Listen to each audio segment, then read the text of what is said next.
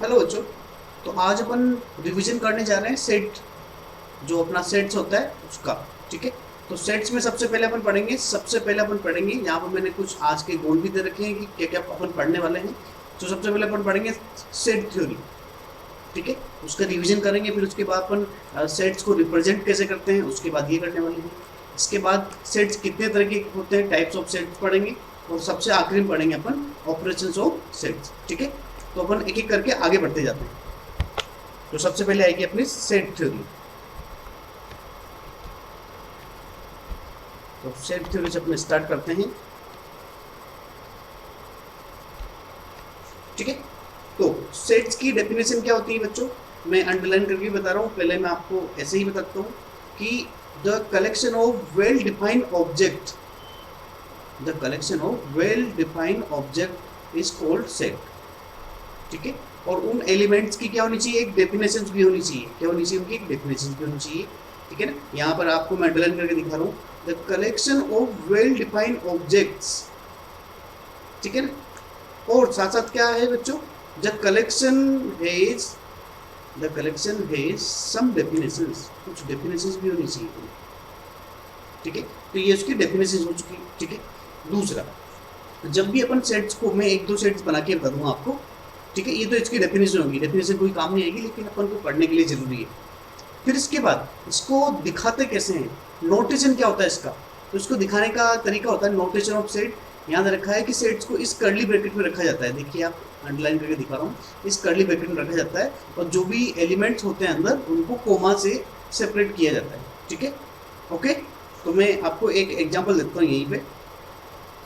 जैसे मैंने कहा कि ये एक सेट हो गया A, set of A equal to, curly bracket बना रहा हूं मैं, कर्ली ब्रैकेट 1 2 3 4। ठीक है। तो यहाँ पर मैंने एक सेट बनाया है जिसमें एलिमेंट्स है 1 2 3 4, 4 एलिमेंट्स है। इसको कर्ली ब्रैकेट में बंद कर दिया मैंने, बीच में कोमा लगा दिया। तो यही तरीका है आपके सेट्स को दिखाने का। ठीक है। अब अगला आ रहा है नीचे कार्डिनल, तीसरा वाला point, cardinal number of set. Cardinal number of sets का मतलब ये होता है बच्चों कि आपके सेट में कितने एलिमेंट्स है, आपके सेट में कितने एलिमेंट्स है, उसी को कार्डिनल नंबर ऑफ सेट कहते हैं। जैसे कि ऊपर जो मैंने एग्जांपल दिया है, ये इसमें कार्डिनल नंबर को दिखाते बच्चों एन एच है, एन और सेट लिख देते हैं अंदर। जैसे ये सेट ए, तो ये सेट एन है।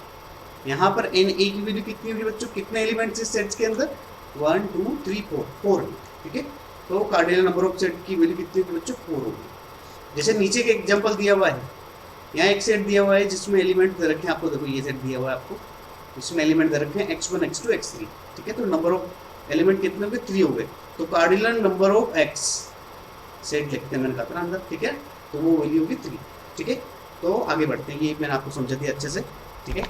तो अपन अगली स्लाइड पर चलते हैं। अगला आएगा बच्चों रिप्रेजेंटेशन, कि आप इसको रिप्रेजेंट कैसे करोगे। मैंने आपको पहले ही बताया था आज कि अपने आज के टॉपिक से ही। तो रिप्रेजेंट कैसे करोगे आप सेट्स को, तो सेट्स को रिप्रेजेंट करने के दो तरीके होते हैं। पहला तरीका है रोस्टर फॉर्म। कौन सी फॉर्म बच्चों, रोस्टर फॉर्म, जिसको आप सेट लिस्टिंग मेथड भी कहते हैं। ठीक है। ओके। और दूसरा मेथड होता है बच्चों सेट बिल्डर फॉर्म। ये नीचे लिखा सेट बिल्डर फॉर्म। दूसरा कौन सा है बच्चों, सेट बिल्डर फॉर्म। दो तरीके से लिखा जाता है। ठीक है। इसको सेट रूल मेथड भी कहते हैं। ठीक है। मैं तो एक ही एग्जांपल लूंगा और उससे दोनों को समझा दूंगा। ठीक है। तो जैसे मैंने आपको एक सेट ले लिया अपने सामने, पहले भी मैंने वही एग्जांपल लिया था, वही एग्जांपल लेता हूँ यहाँ पर। जैसे यहाँ मैंने एक सेट ले लिया 1 2 3 और 4। तो इस तरीके से अगर किसी सेट को रिप्रेजेंट किया जाता है तो ये कहलाता है बच्चों, कौन सा मेथड कहलाता है, ये रोस्टर फॉर्म। कौन सा मेथड कहलाता है, मैं आपको यहाँ पर दिखा भी देता हूँ, लिख भी देता हूँ कि ये कौन सी फॉर्म कहलाएगी बच्चों, रोस्टर फॉर्म। ठीक है। अब इसी को मैं सेट बिल्डर से दिखाता हूँ। ठीक है। ताकि आपको समझ में आ जाए। एक और फॉर्म होती है बच्चों ग्राफिकल फॉर्म। ठीक है। वो ग्राफिकल फॉर्म अपन रिलेशन में पढ़ेंगे। ओके। चलिए, वहाँ पर ग्राफ बनाकर दो सेट बनाकर भी दिखाया जाता है। ठीक है। चलिए, अब अगला, इसी को मैं सेट बिल्डर फॉर्म में दिखाता हूँ। सेट बिल्डर फॉर्म में क्या करना पड़ता है बच्चों, जैसे आपने ये सेट एक ए लिख दिया अभी, अब इसको डिफाइन करना पड़ेगा। सबसे पहले लिखना पड़ेगा बच्चों आपको, एक्स लिखा आपने, एक्स लिख दिया, ठीक है, फिर एक लाइन खींचनी पड़ेगी ऐसे, फिर एक्स को डिफाइन करना पड़ेगा कि एक्स के एलिमेंट किससे बिलोंग करते हैं, तो एक्स बिलोंग्स टू, मैंने लिख दिया नेचुरल नंबर, कोमा, अब लिख दूंगा कि एक्स की वैल्यू हो जाएगी, एक्स की वैल्यू होगी 1 से लेकर 4 के बीच में, ये इस तरीके से। तो यहाँ पर अपन ने क्या देखा, इसका मतलब क्या है ये समझाता हूँ पहले। देखो वो कह रहा है एक्स की वैल्यू नेचुरल नंबर होनी चाहिए, ठीक है, नेचुरल नंबर ही है, सब नेचुरल नंबर ही 1 2 3 4, ठीक है, ऊपर जो सेट ऑफ इधर रखा है रोस्टर फॉर्म में। और अभी कह रहा है एक्स की वैल्यू होनी चाहिए 1 से 4 के बीच में, 1 से 4 के बीच में हो और नेचुरल नंबर हो। 1 से 4 के बीच में नेचुरल नंबर कौन से होते हैं, 1 2 3 4 ही होते हैं, ठीक है। तो उसने रोस्टर फॉर्म को पूरा अच्छे से समझा दिया बस, ठीक है। तो अगर आप समझना चाहो, पढ़ तो चुके हो आप पहले, तो रोस्टर फॉर्म क्या होती है बच्चों, जहाँ पर इस तरह से 1 2 3 4 करके लिख दिया जाता है। और जो आपकी सेट बिल्डर फॉर्म होती है वो आपको प्रॉपर्टी के रूप में बताता है कि ये बिलोंग्स टू, इस नंबर से बिलोंग करता है, इंटीजर से या फ्रैक्शन से या जिससे भी, और एक्स की वैल्यू यहाँ से यहाँ लाई करेंगे, या कुछ कंडीशन दे देगा x equal to p square plus 1, p की वैल्यू 1 2 3 4, इस तरीके से, ठीक है ना। तो ये इसको दिखाने का तरीका होता है, ये हो गया आपका सेट बिल्डर मेथड, ठीक है। तो रिप्रेजेंटेशन भी हम पढ़ चुके हैं, अब अपन आगे बढ़ते हैं।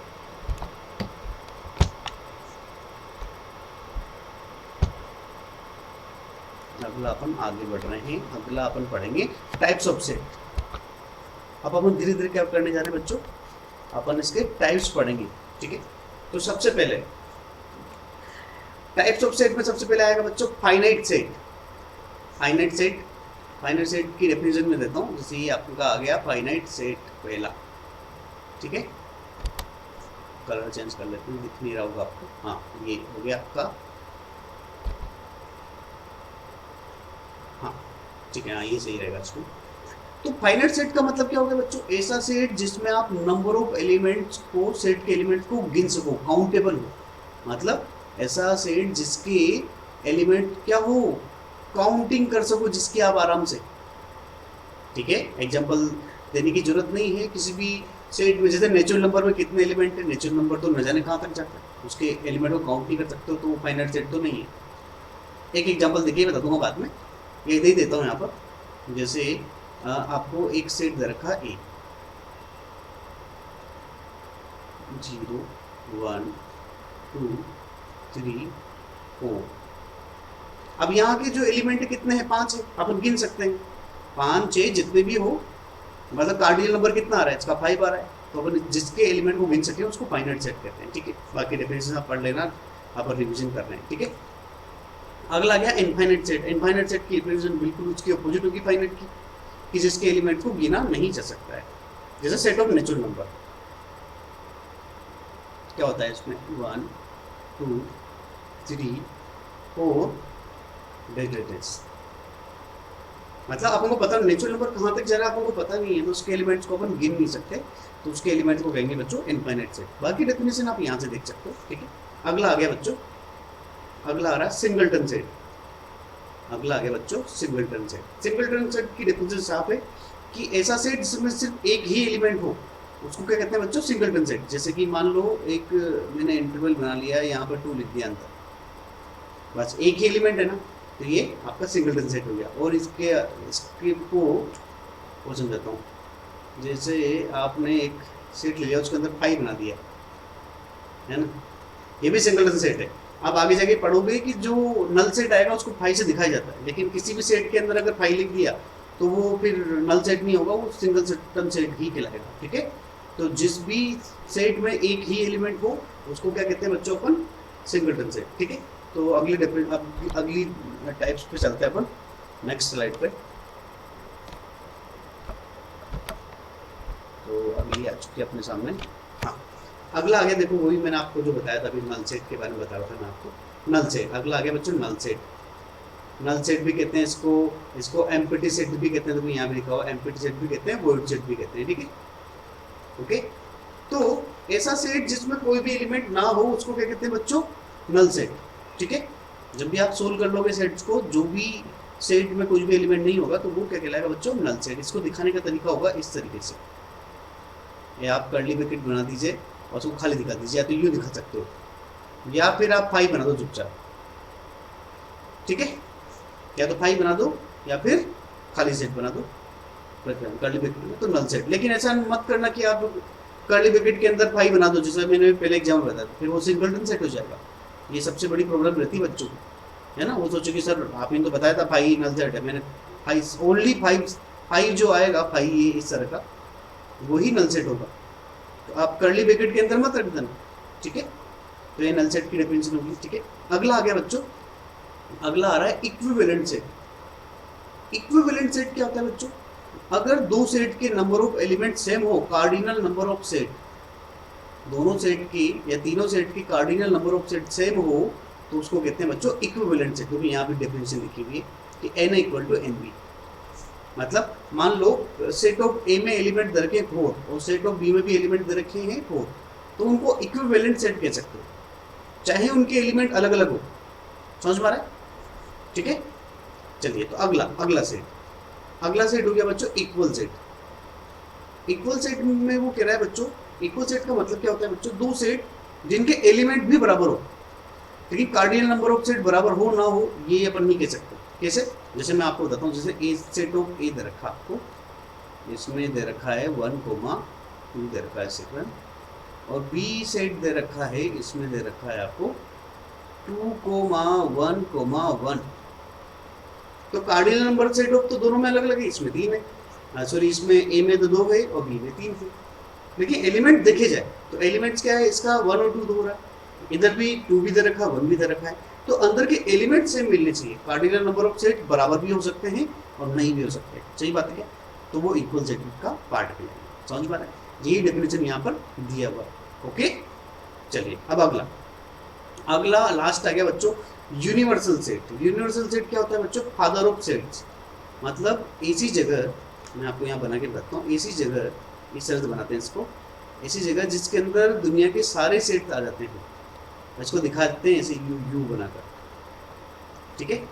तो ये इसके अंदर दुनिया भर के सारे सेट्स आ जाए, ऑल सेट इन इट, उसको कहते हैं यूनिवर्सल सेट। तो यहाँ डिफिनेशन भी लिखी हुई है, it is a set which include all the set under the consideration, ठीक है। ओके, अपन कंसिडर कर लेते हैं कि सारे के सारे सेट दुनिया में होंगे, उन सभी सेट को जो अपने अंदर समा कर रखता है उसी को यूनिवर्सल सेट कहते हैं, ठीक है। ओके, आगे चलते हैं, अगली स्लाइड में चलते हैं बच्चों अपन।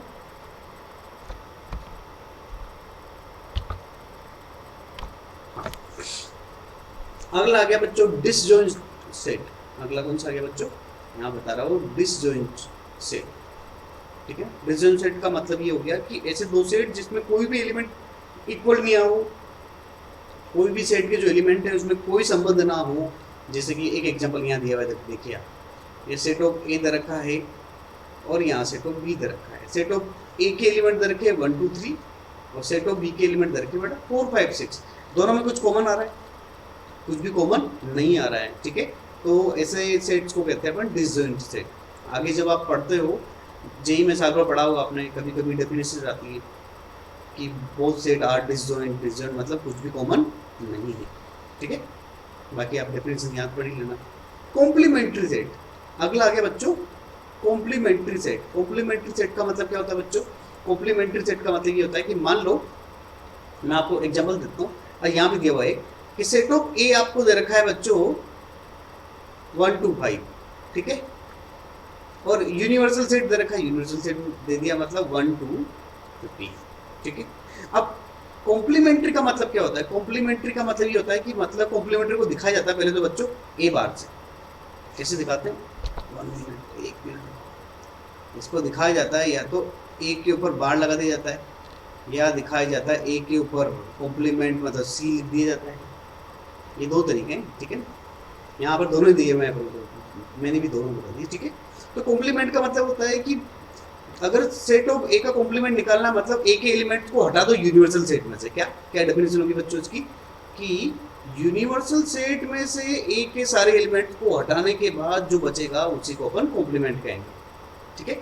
जैसे यहाँ पे आपको बताइए सेट ऑफ ए में एलिमेंट दे रखे 1 2 5, यूनिवर्सल में कितने दे रखे 1 2 50, तो 1 to 50 में से मैं 1 to 5 हटा दूंगा तो क्या बचेगा भाई, यहाँ दे रखा आपको, देखो कॉम्प्लीमेंट ए बार दे रखा है 6 7 से लेके 50 तक। मतलब अगर यूनिवर्सल सेट आपको दे रखा है 1 to 50 और आपका सेट ऑफ ए दे रखा है 1 to 5, तो यूनिवर्सल सेट में से ए को हटा दोगे तो 1 to 5 हट जाएगा, तो क्या बचेगा बच्चों 6 7 से लेकर 50 तक। इसी को अपन क्या कहेंगे बच्चों, इसी को अपन कहते हैं कॉम्प्लीमेंट सेट। ठीक है, ओके। बाकी आप डेफिनेशन पढ़ सकते हो, डेफिनेशन तो ज़्यादा काम आएगी नहीं आपको। ठीक है, सिर्फ आपको समझने होता है ना, जेई में जा रहे हैं तो ओके। और अपन रिवीजन कर रहे हैं, तो पढ़ भी नहीं रहे कि मैं आपको एक एक चीज़ बताऊँ, है ना। आप पढ़ चुके हो, बस मैं आपको रिवीजन कर रहा हूँ ताकि आपकी हेल्प हो सके एग्जाम में, है ना।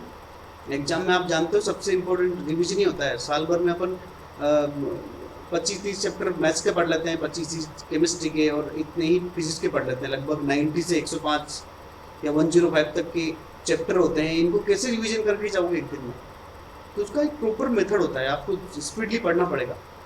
एक ही चैप्टर को 5-6 बार पढ़ लोगे ना तो फिर वो आधे घंटे में हो भी जाता है चैप्टर। ठीक है, और जो हाईलाइटेड चीज़ें जो आप भूल जाते हो, जो इंपॉर्टेंट चीज़ें, उस पर स्टार बना लेते हैं।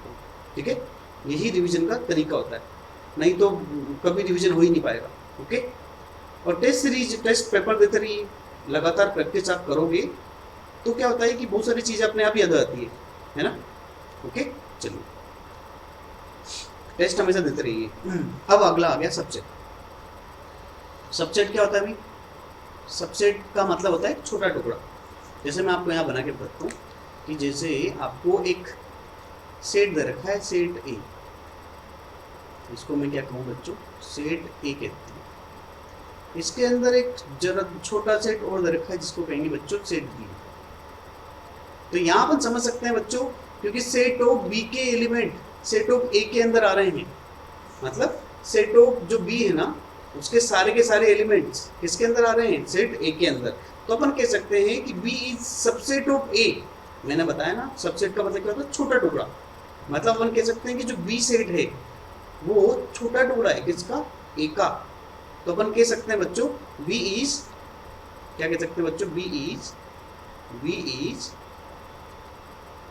सबसेट ऑफ ए, ऐसे दिखाते हैं बच्चों। सबसेट का साइन है बच्चों, ये इस तरह से यू को उल्टा कर देता है अपन। तो जो सबसेट होता है उसको लिखा जाता है लेफ्ट में, और जो सुपर सेट होता है उसको इधर लिखा जाता है। इसको बच्चों सुपर सेट भी कहते हैं। क्या कहते हैं बच्चों, इसको कहते हैं, मैं आपको लिख देता हूँ यहाँ पर, ये कहलाएगा आपका सुपर सेट। और पीछे वाला तो आपको पता ही क्या है, बी क्या है बच्चों, सबसेट। मेरे को नीचे लिखा था, मैं रोना। ठीक है, बी क्या है, सबसेट। ओके, और ए क्या है, सुपर सेट। ओके, हाँ क्या ये समझ में आया आपको। ठीक है, नंबर ऑफ सबसेट वो अभी आगे पढ़ लेते हैं अपन। हाँ, अगली स्लाइड में चलते हैं बच्चों को। अगली स्लाइड में चल के अपन अगला देख लेते हैं कि क्या आने वाला है। हाँ, आगे टाइप्स ऑफ सेट और सेट क्या होता है ये देख लेते हैं अपन, है ना। नंबर ऑफ सबसेट की बात कर रहा हूँ। नंबर ऑफ सबसेट में आपको बताता हूँ बच्चों कि अगर किसी भी सेट में नंबर ऑफ लिख देता हूँ यहाँ पर, नंबर ऑफ सबसेट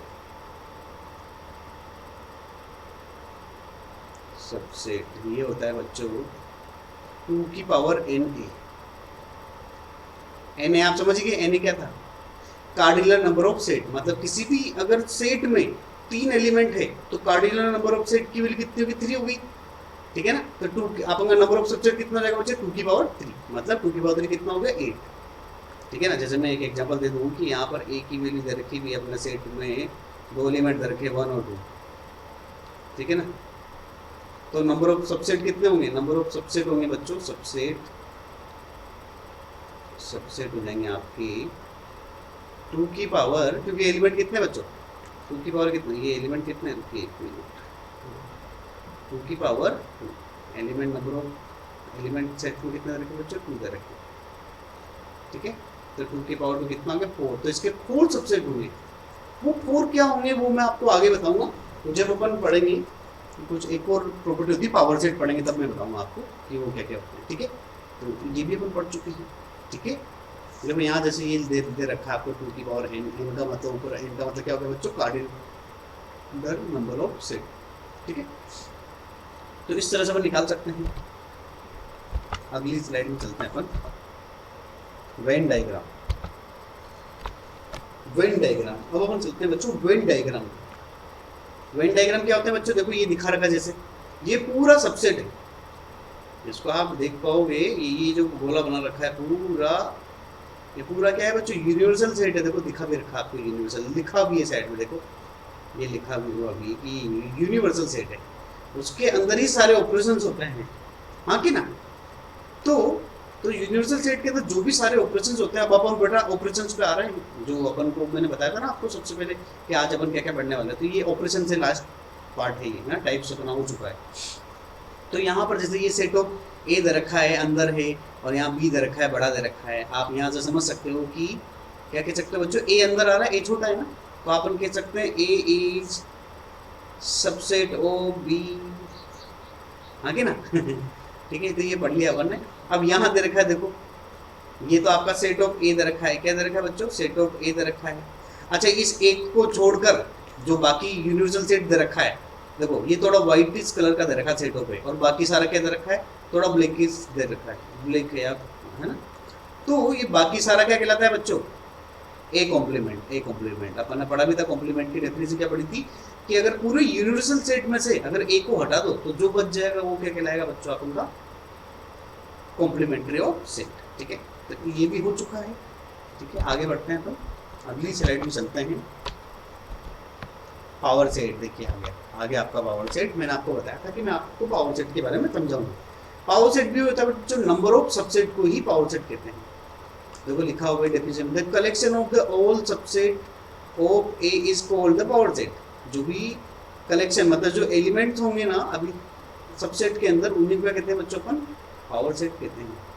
ये अपन ने नंबर ऑफ सबसेट तो पढ़ ही लिए थे, नंबर ऑफ सबसेट अपन ने क्या कर लिए थे बच्चों, पढ़ लिए थे, लेकिन आपको पता नहीं था कि उस सेट थे क्या। ठीक है, तो मैं यहाँ बताता हूँ आपको, जैसे मैंने कह दिया ए के अंदर एलिमेंट दे रखे हैं 1 और 2 दे रखे हैं। अब अपन को वहाँ पर पीछे पढ़ लिया था अपन ने कि नंबर ऑफ सबसेट कितने होंगे, 2 की पावर 2 मतलब 4 होंगे। अब वो 4 क्या होंगे, वही पावर सेट कहलाता है। ठीक है ना, तो मैं बताता हूँ पावर सेट। पावर सेट क्या होगा, तो आ जाइए नहीं। सबसे पहले तो सिंगल एलिमेंट लेके चलेंगे। ये सबसे पहले तो फाइव जो नल सेट होता है वो एलिमेंट सबसे पहले लिखा जाएगा बच्चों, फाइव ना लिया जाता है, 5 रहता। दूसरा फिर सिंगल एलिमेंट ले लो, पहले 1 ले लो फिर 2 ले लो। पहले क्या ले लो बच्चों, 1 ले लिया, पहले 1 ले लिया, फिर क्या ले लिया, 2 ले लिया आपने सेट के अंदर, है ना। अब फिर दोनों को ले लो, पहले क्या लेना है, कुछ भी लेना, फिर एक एक करके लेना है, फिर 2 करके लेना है। तो 2 करके यहाँ तो 2 ही है, यहाँ तो ये 1 होता है, ये लो। अब इनको आराम से आप काउंट कर लीजिए, ये 4 ही हो रहे हैं, देखिए 1 2 3 4। ठीक है, तो पावर सेट का मतलब क्या है बच्चों, जो नंबर ऑफ सबसेट है उन्हीं को क्या कहते हैं बच्चों, पावर सेट कहते हैं। क्या कहते हैं बच्चों, पावर सेट कहते हैं इनको, जो भी नंबर ऑफ एलिमेंट दे रखे हैं। ठीक है, ओके, ये है सारे सबसेट। देखो एक तो खाली होता है हमेशा, कभी भी आपसे पूछा जाए नंबर ऑफ सबसेट पे सबसे पहला क्या होता है, नल सेट। आखिरी में क्या होता है, खुद ही होता है। कोई भी सेट खुद का भी क्या होता है, सबसेट होता है। ये आपने पढ़ ली होगी, पढ़ लेना पीछे डेफिनेशन, मैंने थ्योरी दे रखी है। कोई भी सेट खुद का क्या होता है, सबसेट होता है, और नल सेट भी सभी सेटों का सेट सबसेट होता है। ठीक है, और फिर उसके अंदर के एलिमेंट को लिख लीजिए, ऐसे लिख सकते हैं। और आपको प्रॉब्लम हो तो मैं आपको 3 वाला बताता हूँ कि किसी में बोर्ड्स में पूछे जाते हैं आपसे, हाँ 11th या 12th में पता नहीं मुझे, जिसमें भी जिस भी बोर्ड पढ़ रहे हो आप, है ना, सब में अलग अलग से अलग चलता रहता है। तो उसमें बोर्ड में बताया भी जाता है कि सुपर आपको पावर सेट बनाने भी, अगर आपको 1 2 3 दे रखा है, 1 2 3, ये बोर्ड में पूछा जाता है सब्जेक्टिव पेपर में। तो पावर सेट अपन मैं लिख देता हूँ आपके सामने, पावर सेट क्या होगा, पावर सेट होगा आपका, सबसे पहले तो मैंने आपको बताया कि क्या होगा, सबसे पहले तो होगा नल सेट मतलब 5, मैं बताई चुका हूँ ना आपको। सबसे पहले तो कौन होगा बच्चों, 5। फिर एक एक करके लेंगे, 1 2 3, पहले 1 ले लो, पहले क्या हो गया, 1 2 फिर 3, है ना। आपको सर ये 5 को क्यों नहीं बनाया ब्रैकेट में, 5 को ब्रैकेट में बना देगा तो फिर वो नल सेट कहाँ रहा, सिंगलटन बन जाएगा, आपको बता दिया मैंने पहले ना। फिर दो दो करके लेंगे, दो दो करके मतलब ऐसे लेंगे 1 2 2 3 और 3 1 है ना। फिर अगला आएगा बच्चों 1 2, फिर आएगा 2 3, फिर आखिरी में आएगा बच्चों 3 और 1। ये दो दो करके फिर अब तीन तीन करके मतलब वो दिया जाएगा आपको 1 2 3। आप आराम से इसको आखिरी में ब्रैकेट क्लोज, तो गिन लो 1 2 3 4 5 6 7 8। ठीक है, तो नंबर ऑफ पावर सेट क्या होता है, अगर नंबर ऑफ सबसेट की बात करते हैं अपन, तो number of cardinal of set 2 की पावर में cardinal number of set, cardinal number मतलब कितने एलिमेंट थे यहाँ पर, 3 थे, 2 की पावर 3 8 होता है। ठीक है, हाँ कि ना, तो फॉर्मूलेशन निकाल लिया और क्या क्या सबसेट होते हैं ये भी अपन ने पढ़ लिया है। ठीक है ना, आगे चलते हैं पढ़ते।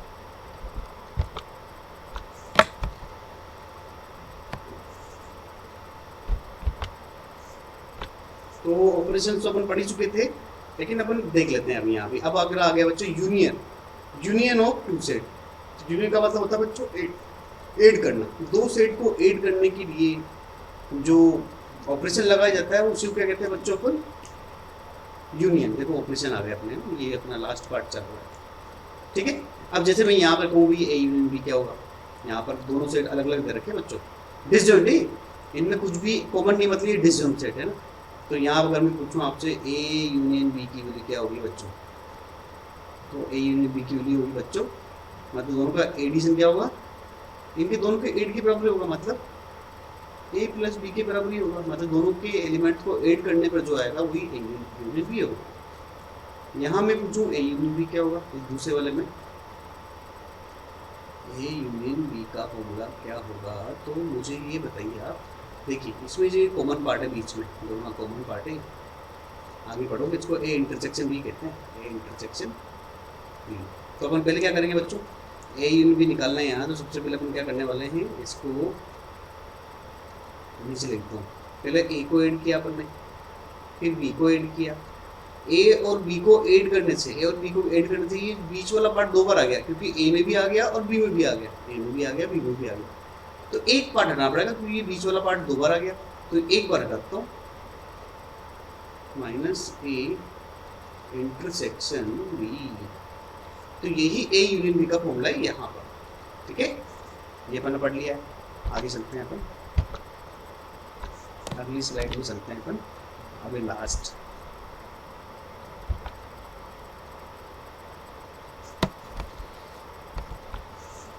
इंटरसेक्शन।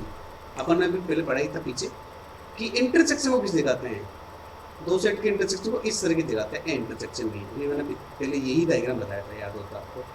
कॉमन पार्ट जो होता है दोनों का, उसी को इंटरसेक्शन कहते हैं। जैसे ये हो गया, इसी को यहाँ पर क्या कहेंगे बच्चों अपन, ए इंटरसेक्शन बी।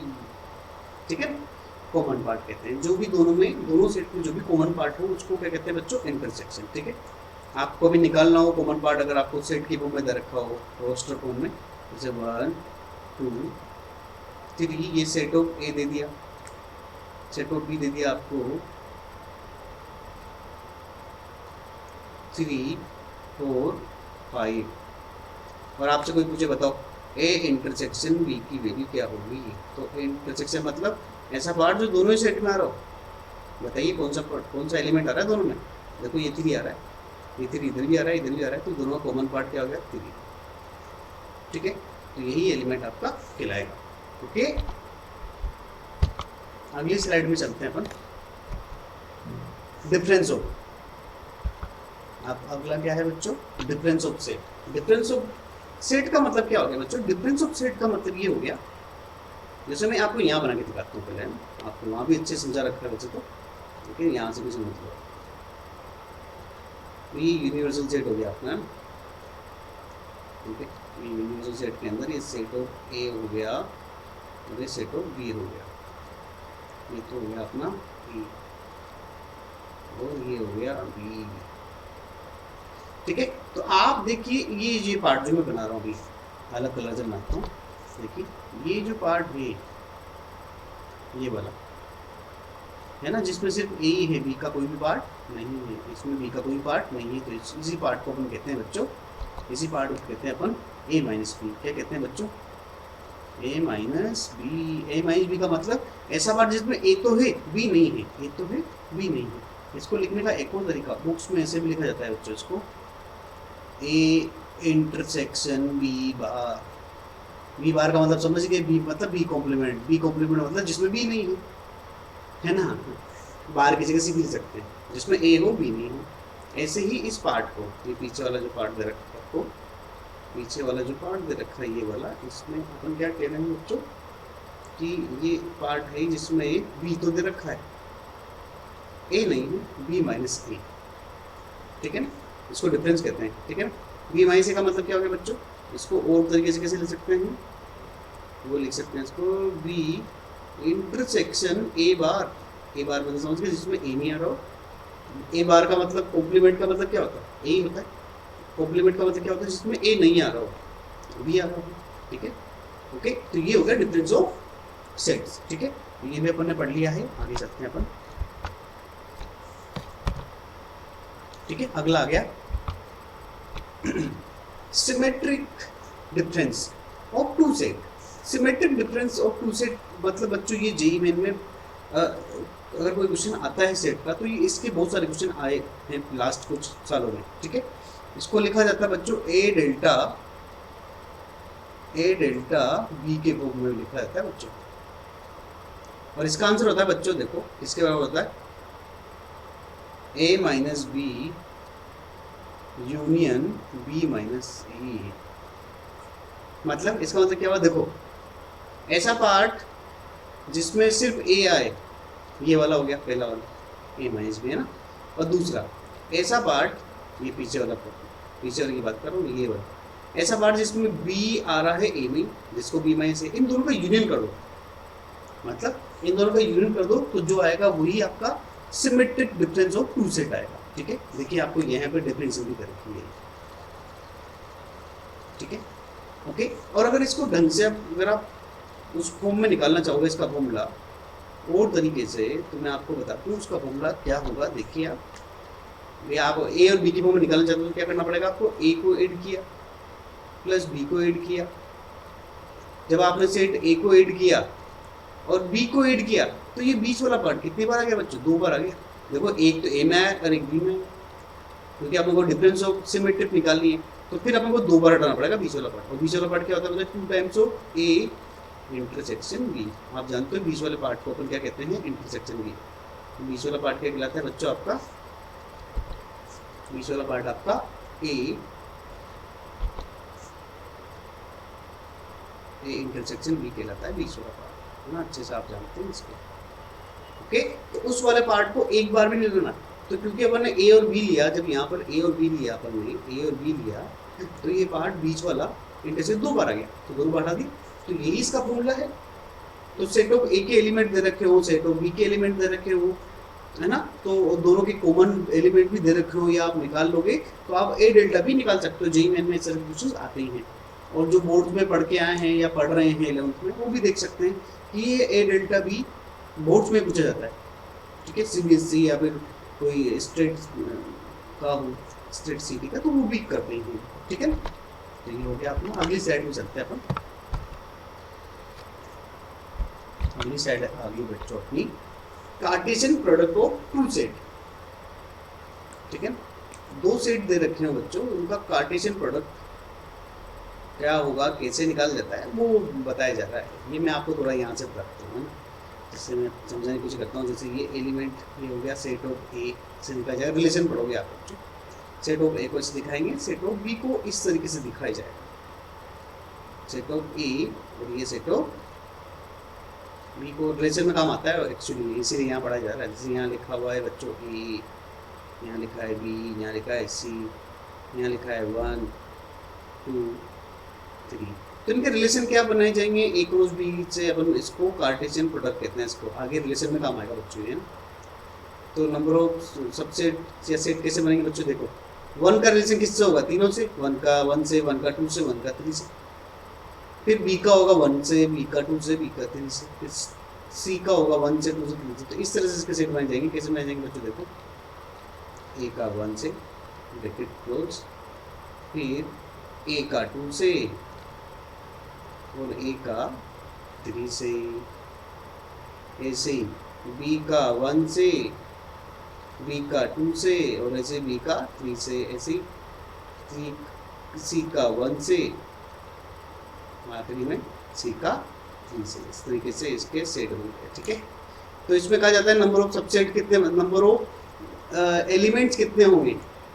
देखो ये यहाँ डेफिनेशन में लिखी हुई, नंबर ऑफ एलिमेंट्स इन ए दे रखा है आपको n, बी में दे रखा है बच्चों n, तो आपके इसमें नंबर ऑफ एलिमेंट कितने होंगे, किसमें किसमें आपके कार्टेशियन में, number of element in A cross B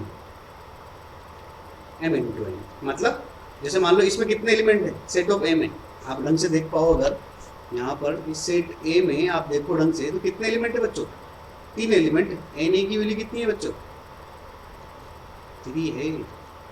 ऐसे ही यहाँ पर एन बी की वैल्यू कितनी बच्चों, इसमें सेट ऑफ बी में एन बी की वैल्यू होगी बच्चों, इसमें भी 3 होगी। ठीक है ना, तो number of subset, number of element in A cross B, तो एन ए क्रॉस बी कितना होगा, फॉर्मूले के हिसाब से होगा बच्चों n A into n B. N A की वैल्यू कितनी है 3, एन बी की वैल्यू कितनी है 3, 3 इंटू 3 कितना होता है बच्चों, 9 होता है। कितना होता है बच्चों, 9 होगा। और यहाँ पर आप इनको गिनोगे ना, इसको इनको एक रोज भी जो अपन ने बनाया है इनको गिनोगे, देखो ये 1 2 3, ये भी पूरे 9 होंगे। ठीक है, तो नंबर ऑफ एलिमेंट इन एक रोज भी वो भी कितना होगा बच्चों, आपका 9 होगा। ठीक है, तो ये भी अपन ने पढ़ लिया है आराम से। ओके, तो ये भी कोई मुश्किल नहीं बचा है। अब अपन चलते हैं आगे, कुछ फॉर्मूले रखे हैं आपको जो आपके काम आएंगे। ठीक है ना, द नंबर ऑफ एलिमेंट्स के फॉर्मूले रखे, जैसे कि अपन ने ए यूनियन बी का फॉर्मूला तो अपन ने वहाँ सबसे पहले पढ़ लिया था। एन का मतलब बच्चों नंबर ऑफ एलिमेंट, ये अपन पढ़ चुके हैं फॉर्मूला जब हम ऑपरेशन पढ़ रहे थे तब। ये भी पढ़ा था अपन ने वहाँ पर, जब अपन देखा था जब 2 एलिमेंट डिसजॉइंट दे रखे थे, याद करो। अरे ये इस तरह का था ना, वहाँ पर अपन ने पीछे पढ़ा था कि जब 2 से डिसजॉइंट हो, पीछे दिखाओगे तो जैसे ये ए हो गया, ये बी हो गया, तो ए यूनियन बी किसके बराबर होगा बच्चों, दोनों के एडिशन के बराबर। देखो तो दोनों के एडिशन के बराबर रखा है, देखो ए यूनियन बी बराबर n A plus n B. Second point की बात कर रहा हूँ। बाकी तीसरा पॉइंट है difference of root, difference of set कैसे निकालते हैं, ये भी अपन वहाँ निकाल सकते हैं फॉर्मूले से। आप अगर आपको डायग्राम याद रहेगा तो आप आराम से निकाल सकते हैं। यहाँ फॉर्मूला वाली दे रखो, मैं फिर भी आपको बना के बताता हूँ ताकि आपको कोई डाउट ना रहे, है ना। जैसे मान लो ये हो गया ए, ये हो गया बी, ये तो हो गया बच्चा आपका ए, ये हो गया आपका बी, और जो बीच में कॉमन पार्ट है उसको अपन कहते हैं ए इंटरसेक्शन बी। तो आप अच्छे जानते हो बच्चों, इसी कलर चेंज कर लेता हूँ थोड़ा ताकि आपको, हाँ देखिए इसी पार्ट को तो अपन क्या कहते हैं बच्चों, क्या कहते हैं ए माइनस बी। अब ए माइनस बी कैसे निकलेगा, आप अच्छे से देखोगे, जब इस ए में से, इस पूरे ए में से common part A intersection B हटा दोगे तभी निकलेगा। तो क्या कहोगे बच्चा कि मैं अगर ए में से कॉमन पार्ट हटा दूंगा तो निकल जाएगा ना। और नंबर ऑफ एलिमेंट निकालने हो तो यहाँ पर एन ए लगा देना, जैसे यहाँ थर्ड पॉइंट में लिखा हुआ है एन ए। समझ में आया, ऐसे ही आप अगला भी निकाल लो, हाँ के ना। ओके, और ए डेल्टा बी सिमेट्रिक, तो मैंने आपको अभी थोड़ी देर पहले बताया था फॉर्मूला, देखो ना यहाँ 2 टाइम्स हो जाएगा बस। ओके, हाँ के ना, तो ये अपन पढ़ चुके हैं। और फिर इसके बाद ये फॉर्मूला भी बहुत इंपॉर्टेंट है बच्चों, जी मेन में आपके क्वेश्चन के लिए बहुत ज़्यादा इंपॉर्टेंट है। ये तो आप याद रख लेना बच्चों कि A union B union C का फॉर्मूला, ये बहुत इंपॉर्टेंट है बच्चों, ये तो एग्जाम में आता ही है जनरली, है ना। तो इसके क्वेश्चन का कुछ प्रैक्टिस भी कर ले, है ना। क्या होता है इसका formula, A union B union C का n A plus n B plus n C minus, फिर दोनों के कॉमन पार्ट का डिफरेंस करेंगे, n A intersection B minus B intersection C minus A intersection C, plus फिर तीनों का common part add कर लेंगे, n A plus n B plus n C. इसको आपको अगर वेन डायग्राम से याद होता है तो वैसे कर लो, कैसे भी करके इसको याद रखना होगा क्योंकि इसमें क्वेश्चंस बनते हैं काफ़ी सारे। ठीक है, फिर ये आता है बच्चों, ये भी इम्पोर्टेंट है, इसको कैसे याद रखोगे आप, n A bar union B bar. बेटा और डेज का मतलब भी बार होता है, कॉम्प्लीमेंट है ना। दो तरीका बताया था, मैं तीसरा बताना रह गया था मेरे से, पढ़ गया था कि या तो बार लिखा हो या सी लिखा हो किसी भी सेट के ऊपर, या ऐसा डेज लिखा हो, ये तीनों ही कॉम्प्लीमेंट्री सेट को दिखाता है। ठीक है, तो इसको लिखने का तरीका क्या है बच्चों, इसको डी मॉर्गन थ्योरम से सोल्व करते हैं। डी मॉर्गन थ्योरम से सोल्व करने के बाद इन्हें, क्योंकि अपन रिविजन कर रहे हैं इसलिए मैं पूरा नहीं बता पाऊंगा, तो यहाँ पर क्या कर सकते हैं बच्चों, इसको आप इसको लिख दोगे ए, बीच में अगर यूनियन दे रखा तो यहाँ इंटरसेक्शन हो जाएगा और पूरे पे बार लगा। ये तरीका याद रखना है। अगर याद रखना चाहो तो कैसे, कि अगर ए यूनियन बीच में लगाओ, दोनों पे बार है, तो यहाँ यूनियन की जगह इंटरसेक्शन कर दो और कॉमन बार कर दो तीनों, आगे ना। ठीक है, अब आपको अच्छे से पता है किसी, ये सेट ही हो गया बच्चों पूरा, ये पूरा क्या होगा सेट। अब इस सेट को निकालने के लिए क्या करोगे बच्चों, आप क्या करोगे, यूनिवर्सल सेट में से इस पूरे को क्या कर दोगे, ए इंटरसेक्शन बी को हटा दोगे। ये तो करते हैं, आपने पढ़ा था उधर कि किसी भी सेट पर अगर कॉम्प्लीमेंट या बार लिखा है तो उसको क्या करते हैं, यूनिवर्सल में से हटा देते हैं। तो यहाँ पर भी पूरे इस पर बार लगा हुआ था तो मैंने पूरे यूनिवर्सल में से हटा दिया, तो ये इसका फॉर्मूला हो जाएगा जो यहाँ भी दिया हुआ है, देखो अपन को, हाँ कि ना। तो इस तरीके से निकाल लो, डी मॉर्गन थ्योरम भी इंपॉर्टेंट है, फॉर्मूला है, निकालना भी बता दिया मैंने आपको, तो ये आपको प्रॉब्लम हो रही है तो ठीक है ना। तो ये अपन कर चुके हैं, आगे बढ़ते हैं।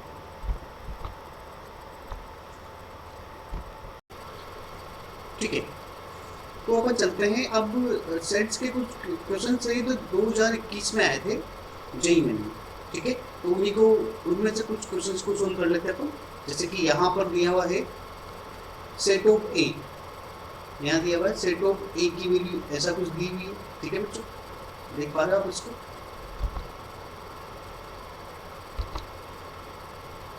सेट ऑफ ए ये दे रखा है, सेट ऑफ बी दे रखा है, सेट ऑफ सी दे रखा है। वो कह रहा है सम of all the element of set, ये निकालना है, ये आपको A union B minus C निकालना है, फिर जो भी एलिमेंट है उसका सम करना है। ठीक है, तो सोल्व करता है एक एक बारी बारी करके। ए को देखते हैं सबसे पहले। सेट ऑफ ए में आपको कंडीशन क्या दी हुई है, ए के बारे में कंडीशन दे रखी है आपको कि N square,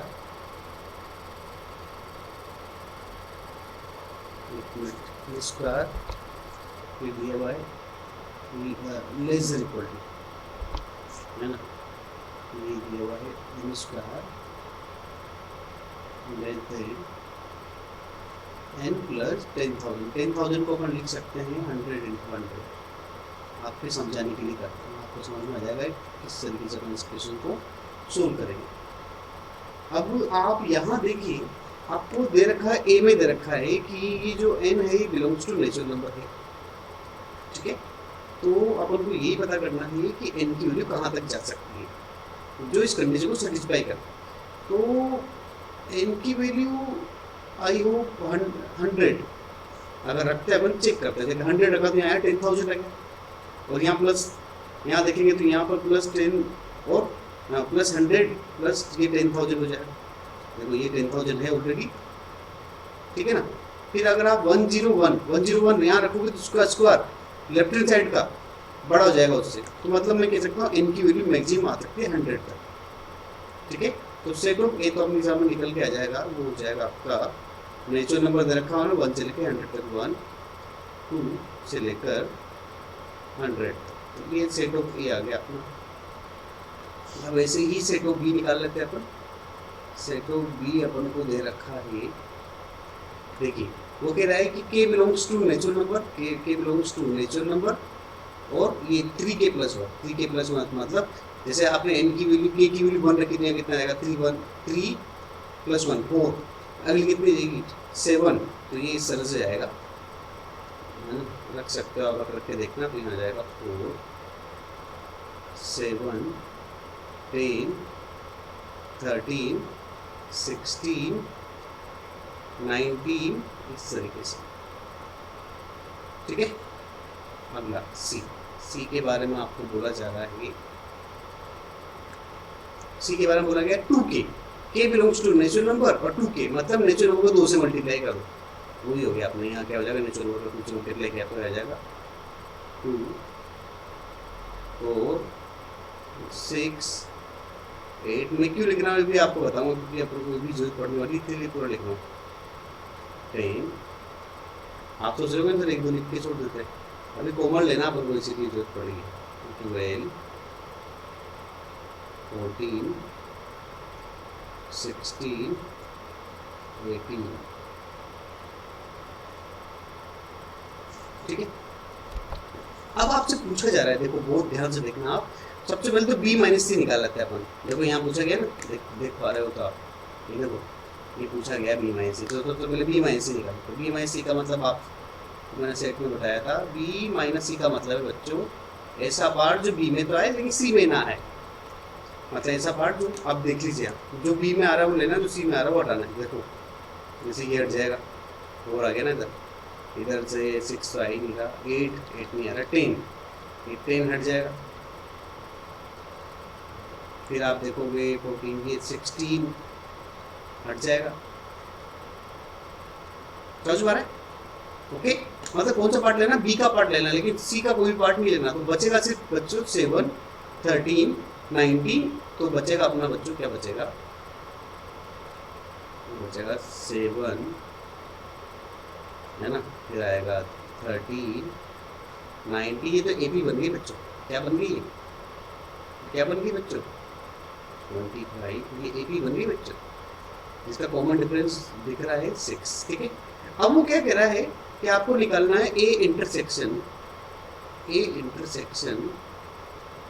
B minus C common part. अब वो कह रहा है कि इसका बच्चों, इसका इस b माइनस सी और इस सेट a का, इन दोनों का क्या लेना है अपन को, कॉमन पार्ट लेना है। कॉमन पार्ट इंटरसेक्शन मतलब कॉमन पार्ट जो दोनों में आ रहा है। दोनों में क्या आ रहा है, इसमें तो पूरा 1 से 100 तक आ रहा है, इसमें 7 से 25 आ रहा है। ठीक है ना, तो ये b माइनस सी आ जाएगा पूरा कॉमन, है ना। ओके, तो ये आंसर हो जाएगा आपका, हो जाएगा 7 13 19 से लेके चलता रहेगा बच्चों। आप देखना आखिरी में 97 तक ही जाएगा। ठीक है ना, आप देख लेना अभी ये। ओके, अभी पूरी सीरीज का सम पूछा गया है आपसे। क्या पूछा गया देख लीजिए बच्चों, आपसे यहाँ पर इसका सम ऑफ ऑल द एलिमेंट। आप सम कैसे निकालोगे बच्चों, ये एपी है, एपी का सम आपको आता है। एस मैं आपको लिखता हूँ, एस एन का फॉर्मूला लिखता हूँ, फिर आप सुन करते रहना। n/2 2a plus n-1 into b। यहाँ पर आप देख सकते हो बच्चों, ए तो थी फर्स्ट टर्म, ए कितना हो जाएगा बच्चों, ए हो जाएगा आपका, ए हो जाएगा, अगर आप देखो तो ए हो जाएगा यहाँ पर 7, डी हो जाएगा बच्चों 6, और नंबर ऑफ टर्म्स आप निकालना पड़ेगा 97। आप उसको टी इन के फॉर्मूले निकाल सकते हो। मैं यहाँ बताता हूँ आपको टी इन का फॉर्मूला कैसे निकालते हैं, लास्ट टर्म कहते हैं जिसको। तो फॉर्मूला आता है 97 इक्वल टू करना, 97 equal to last term formula होता है ए प्लस n-1 इंटू डी। तो आपके पास ए दे रखा है, डी दे रखा है, एन यहाँ निकल जाएगा, 97 लास्ट टर्म है ना। ठीक है, तो वो निकाल लेना, सोल्व करोगे जब आंसर आ जाएगा बच्चों इसका आंसर आएगा 832। सोल्व करना बच्चों 832 ये आंसर होगा। सोल्व कर सकते हो, कैलकुलेशन आपके हाथ में। मेरा मकसद है कि आप लोग पूरा क्वेश्चन समझो। ठीक है, ये हो गया है। आगे अगले क्वेश्चन में चलते हैं।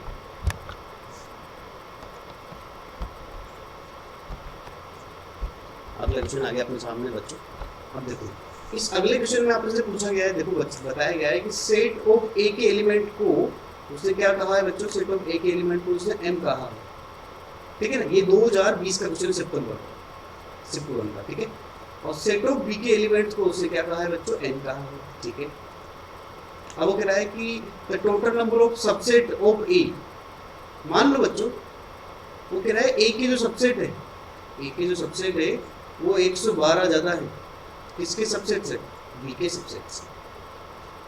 अब आपको पता था नंबर ऑफ सबसेट अपन कैसे निकाल देते, आपको याद हो तो सबसेट का फॉर्मूला मैंने आपको बताया था वहां पर, मैं लिख देता हूँ, सबसेट का फॉर्मूला था अपना 2 की पावर था अपना 2 की power n a, cardinal number of set है ना। तो आराम से यहाँ देख सकते हो a एक एलिमेंट है बच्चों m, तो यहाँ पर हो जाएगा बच्चों ये 2 की पावर m 112 और b के एलिमेंट कितने बच्चों n है, तो यहाँ सबसे हो जाएंगे नंबर ऑफ 2 की पावर n है, n की वैल्यू किधर की n 2 की पावर n। अब इसको सोल्व करो आराम से, इसको सोल्व करो और आप m और n की वैल्यू निकालो, तो m इंटू n निकल जाएगा। ठीक है, मैं थोड़ी हेल्प कराता हूँ इसको इधर लेके आओ 2 की पावर n को, तो ये हो जाएगा बच्चों 2 की पावर n माइनस 2 की पावर n इक्वल टू 112। ठीक है, इसको तोड़ के देख लो, ये 2 की पावर m कॉमन लिया अगर आपने तो यहाँ आ जाएगा 2 की पावर 2 की पावर क्यों आएगा, हम 2 की पावर m कॉमन लिया तो m की कॉमन 2 की पावर n कॉमन, तो यहाँ बच जाएगा बच्चों m अपॉन n माइनस 1, 2 की पावर n कॉमन लिया तो। ठीक है, सोल्व करना है इसको 1 1 2। ठीक है, अब आराम से अब यहाँ वैल्यू रख करके देखना पड़ेगा, इसको भी आप 2 से डिवाइड कर दो बच्चों, 2 के फैक्टर में लिख लो इसको। ठीक है ना, 2 के फैक्टर में किस तरह से लिखोगे आप वो आप करते रहना, मैं तो आपको बताता हूँ। ये इसको लिख देना 2 की पावर 4 इंटू 7, 2 की पावर 4 मतलब 2 की पावर 4 कितना होता है, ये होता है लगभग 32 16 इंटू 7 हो रहा है, देख लो आप आराम से मल्टीप्लाई करके देखो, ये हो जाएगा बच्चों 2 की पावर 4 इंटू 7 है ना। ओके, तो यहाँ से आप इसको और लिख सकते हो अच्छे से 2 की पावर 4 8, इसको 7 लिख सकते हो बच्चों 8 माइनस 1, 8 मतलब 2 की पावर 3। हाँ क्या ना, ये कैलकुलेशन करने के लिए बता रहा हूँ, बाकी तो वो कैलकुलेशन थी आप ही को जोड़ करनी है, लेकिन मैं फिर भी हेल्प कर रहा हूँ क्योंकि काफ़ी सारे बच्चे इस पर पहुँच नहीं पाए। ठीक है, तो आप आराम से कंपेयर कर लेना फिर, है कि नहीं।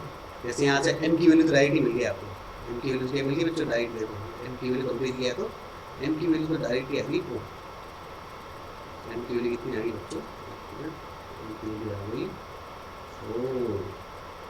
और m अपॉन n, ये m अपॉन n की वैल्यू देखी ये 3, ये m अपॉन n हो गया आपका, m अपॉन n हो गया 3 और m की वैल्यू तो अपन को 4 दी भी थी अपन को पहले से, यहाँ रख दोगे तो आपकी n की वैल्यू भी आएगी। हाँ कि तो देख लेना जो भी आंसर आए तो सोल्व कर लेना उसको आराम से। हाँ कि ओके, सॉरी m नहीं, ये n है बेटा है ना, तो n की वैल्यू 4 है, तो n की वैल्यू आप अपने आप समझ जाओगे कि आ जाएगी 4 इंटू 12 आ जाएगी। ठीक है ना, तो आप सोल्व कर लेना, उसके बाद m इंटू n कितना होगा, ये कितना हो रहा है तो 48 के आसपास होगा। ठीक है, आंसर हो जाएगा,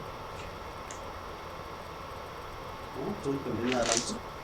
ठीक है, तो इसमें कोई भी लोचा नहीं रहेगा अपन को। ठीक है, नहीं यहाँ एक मुझे गड़बड़ लग रही है, यहाँ एक गड़बड़ लग रही है मुझे, ये तो रखा है यहाँ पर, क्योंकि जब अपन क्योंकि वह n कॉमन लेंगे ना बच्चों तो ऐसा नहीं होगा, ये होगा 2 की पावर, यहाँ तो आ जाएगा, यहाँ आ जाएगा 2 की पावर n और अपॉन में आएगा 2 की पावर n, तो आगे जाके सोल्व करोगे तो 2 की पावर, तो इस तरह से फिर कर लो कि यहाँ पर ये कर लीजिए ना कि ना, ये कर लें, यहाँ जाएगा 2 की पावर m अपॉन 2 की पावर n, तो ओवरऑल लिख दोगे 2 की पावर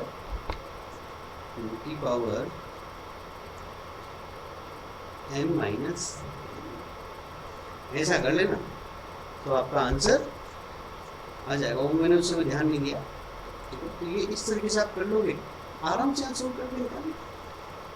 हाँ कि ना, लॉगरिथम लेना पड़ेगा, जैसे आपके पास ये वैल्यू तो पहले से दे रखी है, m की वैल्यू 4 दे रखी है, यहाँ पर लॉगरिथम बेस 2 लेके सोल्व करोगे तो आंसर आएगा।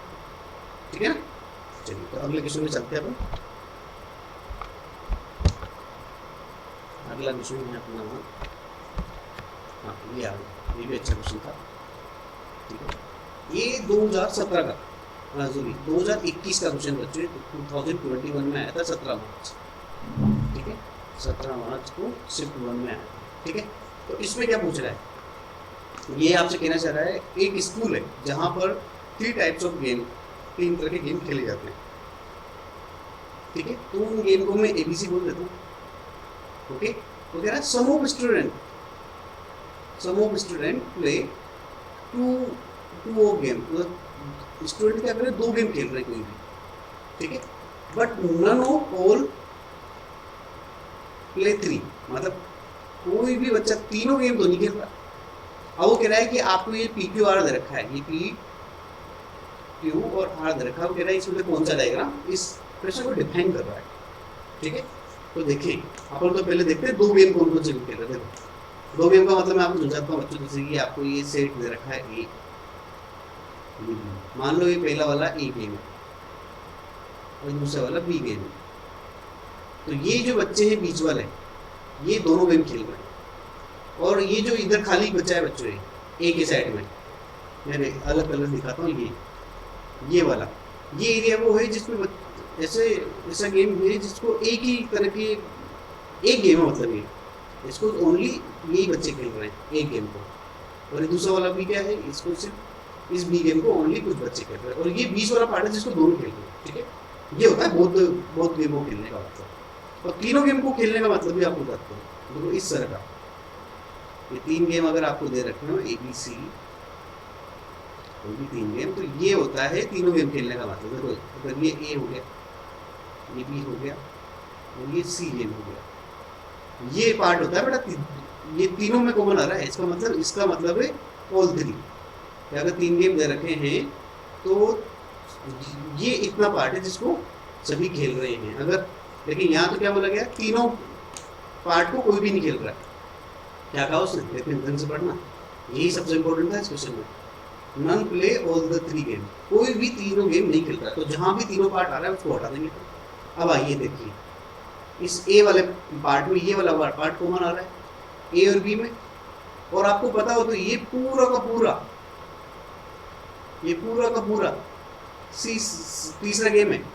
इसका मतलब ये वाला पार्ट क्या तीनों में आ रहा है, देखो ना, A में भी आ रहा है, B में भी आ रहा है, और ये पूरा इसके अंदर ये तीनों आ रहा है, मतलब ये तो आंसर नहीं हो सकता। उससे कहा ना तीनों गेम नहीं खेलना है। अब ये आओ, इसमें भी हम देखेंगे तो ये वाला जो पार्ट है ना बीच में कॉमन पार्ट, वो इसमें भी आ रहा है, इसमें भी आ रहा है, और इस तीसरे वाले में भी आ रहा है, देखो तीनों में आ रहा है, तो ये भी नहीं होगा। अब अगर इसमें देखते हैं, इनमें भी कॉमन पार्ट मिल गया एक, जो इसमें भी आ रहा है, इसमें भी आ रहा है, और ये तो तीनों में आ रहा है, इसका तो तीनों आंसर नहीं होगा।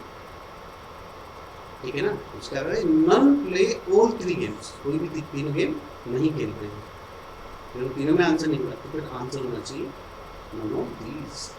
ठीक है, अच्छा क्वेश्चन है। ओके, तो ये अपन ने कुछ सेलेक्टेड क्वेश्चंस किए हैं, काफ़ी सारे क्वेश्चंस आते हैं, लेकिन जो आपको लगे टफ तो मैंने कुछ सेलेक्ट किए। ठीक है, हेलो स्टूडेंट, तो अब अपन पढ़ने जा रहे हैं रिलेशन का रिवीजन करने जा रहे हैं अपन। तो यहाँ पर अपन पढ़ेंगे, जो भी अपन टॉपिक पढ़ने वाले हैं उसके बारे में बता रहा हूँ कि सबसे पहले अपन पढ़ेंगे रिलेशन के बारे में पढ़ेंगे। ठीक है ना, वो क्या होता है। फिर उसके बाद सेकंड पॉइंट, पहला पॉइंट तो अपना ये रहेगा, ठीक है, पहला पॉइंट ये रहेगा रिलेशन। ठीक है, सेकंड में अपन पढ़ेंगे कि टाइप्स ऑफ रिलेशन कितने तरह के होते हैं। ठीक है, और आखिर में अपन पढ़ेंगे इनवर्स रिलेशन। ठीक है, बाकी जो भी छोटी मोटी प्रॉपर्टीज होगी इन्हीं के अंदर आ जाएगा। ठीक है, तो अपन चलते हैं आगे, अपन नेक्स्ट स्लाइड पे चलते हैं। तो यहाँ से अपना शुरू हो गया रिलेशन। ठीक है, तो रिलेशन एक्चुअली में क्या होता है बच्चों, जो अपने सेट पढ़ा है इस तरह के 2 सेट बन जाते हैं। ये देखिए, ये सेट ए हो गया, जैसे ये इसको जैसे अपने कह दिया सेट ए, ये हो गया सेट बी। ठीक है, ओके, और सेट ए के एलिमेंट्स को अपन कहते हैं डोमेन ऑफ रिलेशन। क्या कहते हैं इसको, सेट एक एलिमेंट को डोमेन कहते हैं। क्या कहते हैं, डोमेन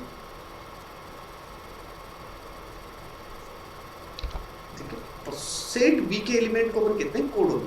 क्या कहते हैं? कोडोमेन।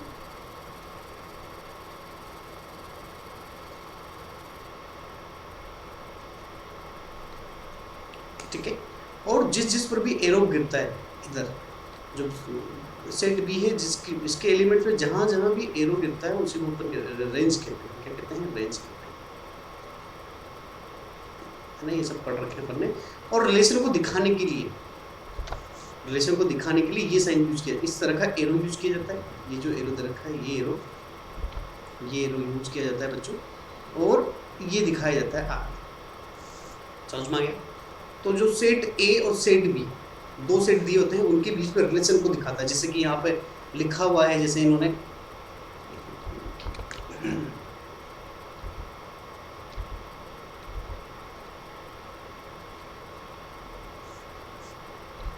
हाँ, जैसे यहाँ दे रखा है, ये नाम दे रखा है किसी का, है ना, दशरथ, है ना। तो उसका रिलेशन किस किससे दे रखा है? कौशल्या, ये तो रामायण होगी, है ना, सुमित्रा और केकेयी। ठीक है, ये तीन दे रखे हैं। इस तरह से रिलेशन दिखाए जाएंगे आपको सेट ए और बी। डोमेन के बारे में बता दिया मैंने, कोडोमेन के बारे में बता दिया, रेंज के बारे में बता दिया, किस तरह से रिलेशन दिखाया जाता है, ये भी हो गया। ठीक है। और रिलेशन को दिखाने का तरीका क्या हो गया? मान लो ये सेट ए है, ये सेट बी है, इस पर रिलेशन को दिखाने के लिए क्या करते हैं बच्चों?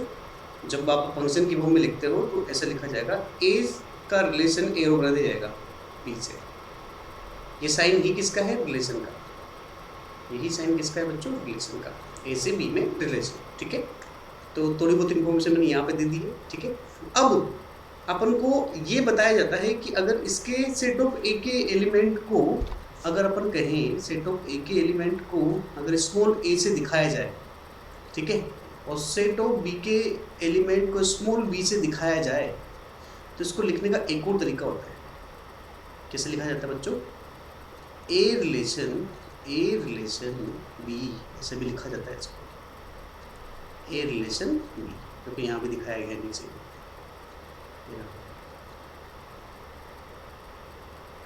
था ना, नहीं? ठीक है, कोई बात नहीं दिखाया तो अपन ने बता दिया यहाँ पे, ये अपने इसके नहीं चुप गया दिखता है। ठीक है, तो ए रिलेशन बी, अगर ए सेट ऑफ ए के एलिमेंट को स्मॉल ए से दिखाएं, सेट ऑफ बी के एलिमेंट को स्मॉल बी से दिखाएं, तो इसको ऐसे भी दिखाया जाता है। ठीक है, ये अपन सब पढ़ चुके हैं, तो अपन सिर्फ रिविजन कर रहे हैं। ठीक है, आगे बढ़ते हैं हम इसके बाद अगली स्लाइड में चलते हैं। अपन अगली स्लाइड आ गई, वही आ गई जो अपन पढ़ चुके हैं। देखिए, मैं आपको बता चुका था डोमेन के बारे में, मैंने अभी थोड़ी देर पहले बताया आपको।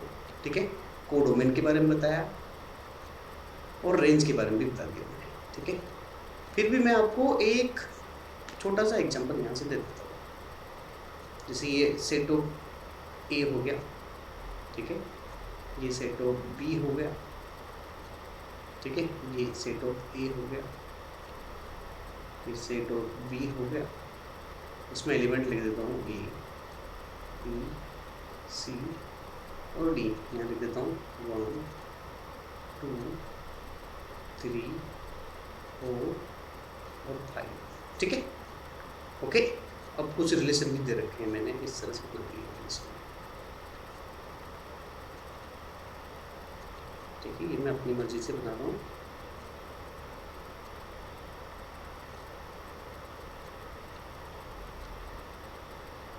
ठीक है, अब आपसे पूछा जाए कि डोमेन क्या है?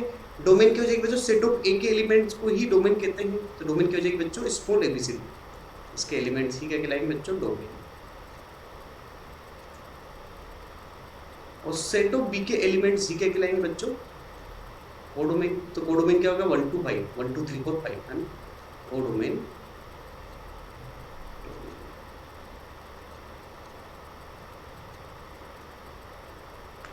और रेंज की बात सबसे इंपॉर्टेंट आएगा, रेंज। रेंज क्या होगा? मैंने रेंज के बारे में आपको बताया था कि रेंज कहाँ से निकलती है? सिर्फ कोडोमेन से निकलती है। कहाँ से निकलती है? कोडोमेन से। सेट ऑफ ए के एलिमेंट जिस एलिमेंट पर क्या करेंगे? एरो करेंगे, रिलेशन दिखाएंगे जिससे, जैसे इन चारों दिखा रही है 1 2 3 4, तो वही रेंज कहलाएगी 1 2 3 और 4। ठीक है, तो ये आपकी रेंज कहलाएगी। तो आप यहाँ से देख पा रहे हो कि जो रेंज है हमेशा कहाँ से निकलती है बच्चों? कोडोमेन से निकलती है। तो आप आराम से कह सकते हो, एक जो आप पढ़ चुके थे पहले भी कि range is subset of codomain. Codomain का क्या होगा? कोडोमेन का सबसेट होगा, और किसी कुछ कंडीशंस में ये दोनों बराबर भी हो सकते हैं, क्योंकि एरो पांचों पढ़ सकता है ना, तो उस समय रेंज और कोडोमेन क्या हो जाएगी? बराबर हो जाएगी। ठीक है, तो ये इस तरीके से निकलता है। तो ये भी अपन पढ़ चुके हैं। अपन आगे बढ़ते हैं, अगली स्लाइड में चलते हैं अपन। अब अपन आएंगे टाइप्स ऑफ रिलेशन। ठीक है, अब अपन किस पर आ रहे हैं बच्चों? जो अपन ने आज जो मैं आपको टॉपिक बताया शुरू में, उसमें टाइप्स ऑफ रिलेशन में आ गए हैं। अब टाइप्स ऑफ रिलेशन में पहला आता है रिफ्लेक्सिव। ठीक है, ये रिफ्लेक्सिव क्या बात करता है कि अगर कोई रिलेशन दे रखा आपको, ए रिलेशन बी दे रखा है, ए का रिलेशन दे रखा है बी से, आप जानते हो। एक मिनट, अगर ए का रिलेशन दे रखा है बी से स्मॉल बी, आप जानते हो ए और बी क्या, अभी थोड़ा सा करता है। तो देन क्या कहता है रिफ्लेक्सिव रिलेशन? क्या कहेगा? अगर ए का रिलेशन बी से है तो ए का रिलेशन ए से होना चाहिए, ये बोलता है रिफ्लेक्सिव। ठीक है, अब एक एग्जांपल लेता हूं मैं आपके सामने। ठीक है ना, इसको समझाने के लिए एग्जांपल लेता हूं एक।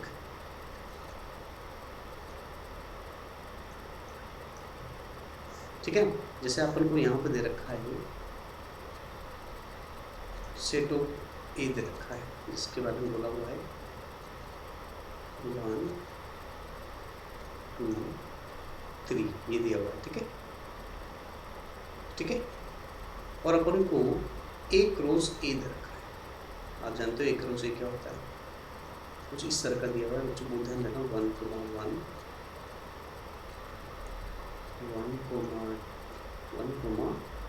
2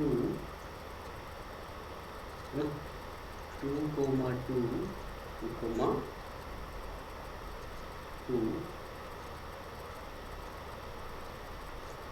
ठीक है, फिर दिया गया है 2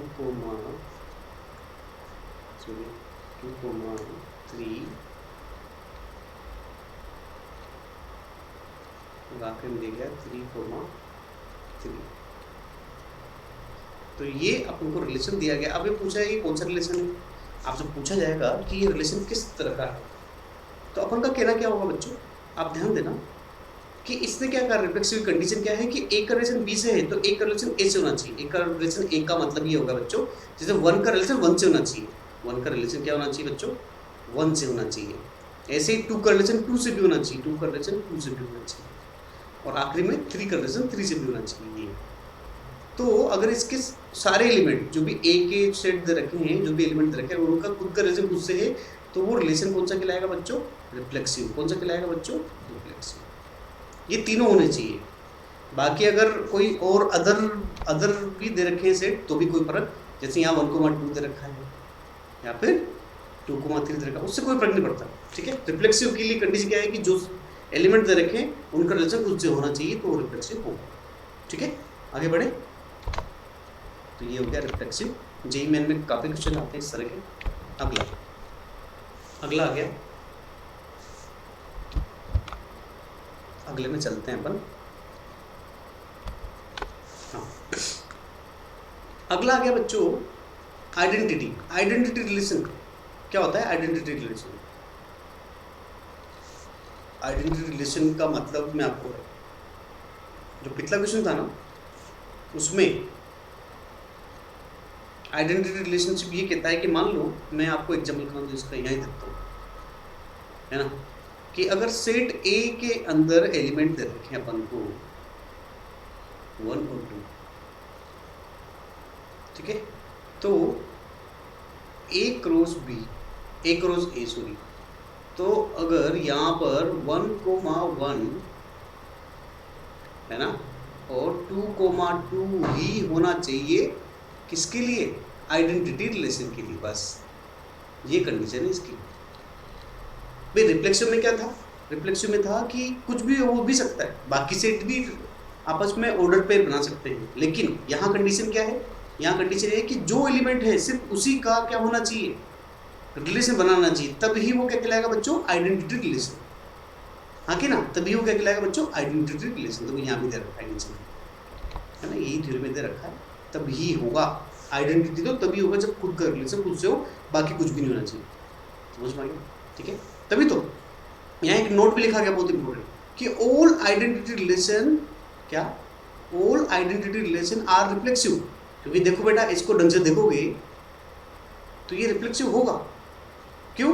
क्योंकि रिफ्लेक्सिव में क्या होना चाहिए कि हर एलिमेंट का खुद से रिलेशन होना चाहिए। यहाँ है तो ये सभी रिलेशन क्या होंगे, रिफ्लेक्सिव होंगे। लेकिन सभी रिफ्लेक्सिव क्या नहीं होंगे, सभी रिफ्लेक्सिव क्या नहीं होंगे बच्चों, आइडेंटिटी नहीं हो सकते।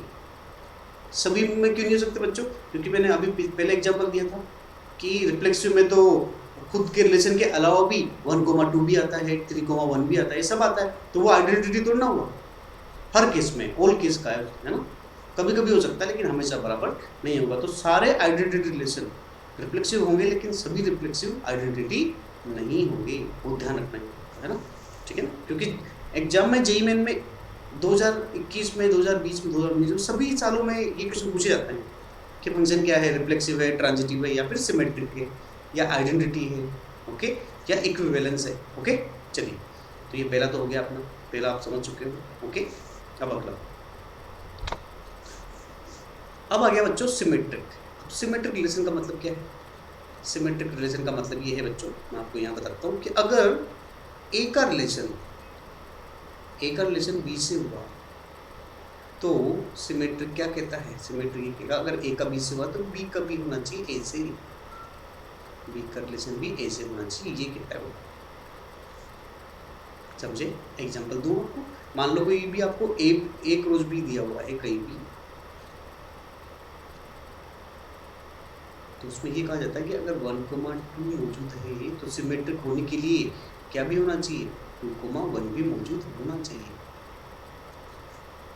समझे? है ना, अगर 1,2 है तो 2,1 भी होना चाहिए, तो आपका रिलेशन क्या हो जाएगा बच्चों, सिमेट्रिक हो जाएगा। फिर मोमेंट से डेफिनेशन, फिर क्वेश्चंस में हम देखेंगे इन चीज़ों को। ठीक है, अब लास्ट आ गया बच्चों ट्रांजिटिव। ट्रांजिटिव कब होता है? तो ट्रांजिटिव की डेफिनेशन देता हूँ मैं आपको।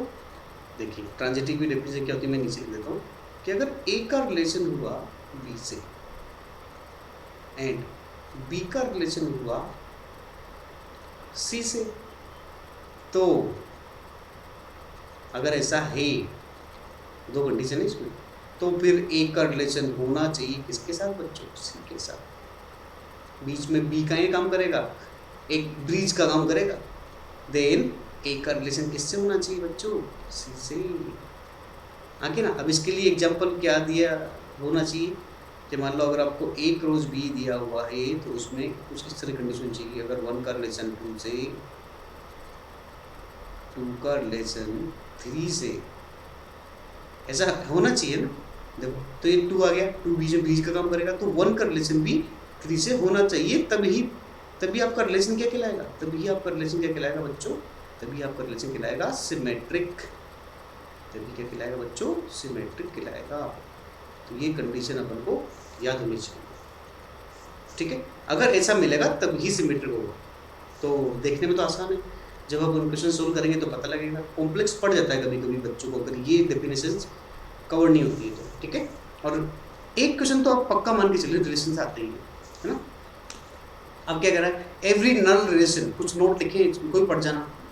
Every null relation is symmetric and transitive, वो आप आराम से एग्जाम्पल लेके चेक कर लेना, है ना। ओके, अब अगला, every singleton relation is a transitive. Transitive तो होगा ही होगा, देख लेना आप, सिंगलटन में कोई भी एक सेट रख लेना 1, ठीक है ना, तो निकाल सकते हो। ओके, अब क्या कह रहा है, every universal and identity relation are, क्या होंगे, तीनों होंगे, रिफ्लेक्सिव भी होगा, ट्रांजिटिव भी होगा और सिमेट्रिक भी होगा। कोई भी आइडेंटिटी रिलेशन, जो ये वाला रिलेशन था ना बच्चों, ये ऊपर वाला, ये तो अगर कोई भी रिलेशन आपको दिख गया, अगर वो आइडेंटिटी है तो वो तीनों होगा। तीनों मतलब ट्रांजिटिव भी होगा, सिमेट्रिक भी होगा और रिफ्लेक्सिव भी होगा। समझ में आ गया?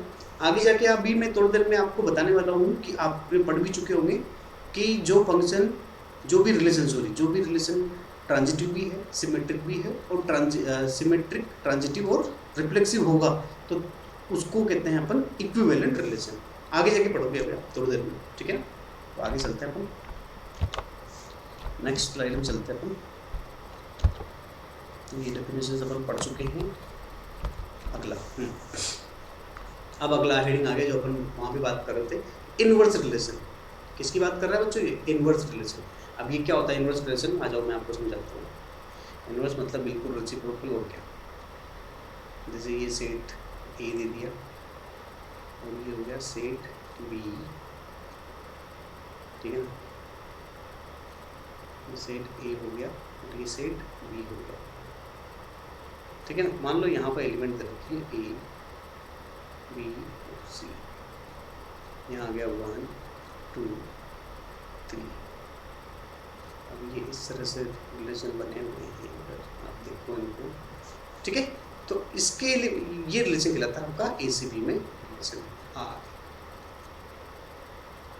आप अच्छे जानते हो बच्चों, ये क्या है? डोमेन है किसका? डोमेन ऑफ ए। क्या है बच्चों ये? डोमेन ऑफ ए। और ये क्या दिया हुआ है पास में? रेंज ऑफ ए, ठीक है। एरो पड़ता है जो रेंज कहलाती है। अब इनवर्स का मतलब क्या होगा? जैसे ए से बी में जा रहा है ना रिलेशन, ए क्या दिखाता है आपको? ए से बी ये रिलेशन दिखाता है आपको। तो इनवर्स क्या होगा? इनवर्स मैं आपको बताता हूँ। इनवर्स होगा बच्चों ए से बी की जगह कहाँ आ जाएगा? बी से ए में आ जाएगा। बी से ए में आ जाएगा, उसको अपन कहेंगे आर इनवर्स। क्या कहेंगे बच्चों? Are inverse. इनवर्स रिलेशन को आर इनवर्स से दिखाते हैं। तो चूंकि यहां से चला है तो यही इसका डोमेन होगा, ठीक है ना। ये मैंने थोड़ा गलत लिख दिया है क्योंकि ये ए का नहीं होगा, ये डोमेन ऑफ रिलेशन है, आर का होगा। डोमेन ऑफ आर है। क्या है बच्चों? डोमेन ऑफ आर है। डोमेन ऑफ आर है। ऐसे ही ये भी रेंज ऑफ ए ना होके रेंज ऑफ आर होगी, ठीक है। ओके। अब ऐसे ही क्योंकि ये रिलेशन यहां से चल रहा है इनवर्स, तो ये डोमेन हो जाएगा किसका? ऑफ आर इनवर्स का। इनवर्स रिलेशन का डोमेन है। और ऐसे ही क्योंकि यहाँ पे आके गिर रहा है ये, तो ये इसका क्या कहलाएगी बच्चों? रेंज हो जाएगी। ये इसकी हो जाएगी रेंज ऑफ आर इनवर्स, ठीक है। तो इसमें क्या होता है? रेंज तो डोमेन बन जाता है, डोमेन रेंज बन जाता है। तो फिर यही यहाँ पर लिखा हुआ है, आप थ्योरी में पढ़ोगे ना अगर आप, तो यहाँ पे यही लिखा हुआ है देखो अच्छे से। Range of R become range of R inverse, range of domain है, फिर range of R becomes domain of range inverse, ठीक है। तो ये होता रहता है, समझ में आ रहा है? आगे बढ़ते हैं अभी।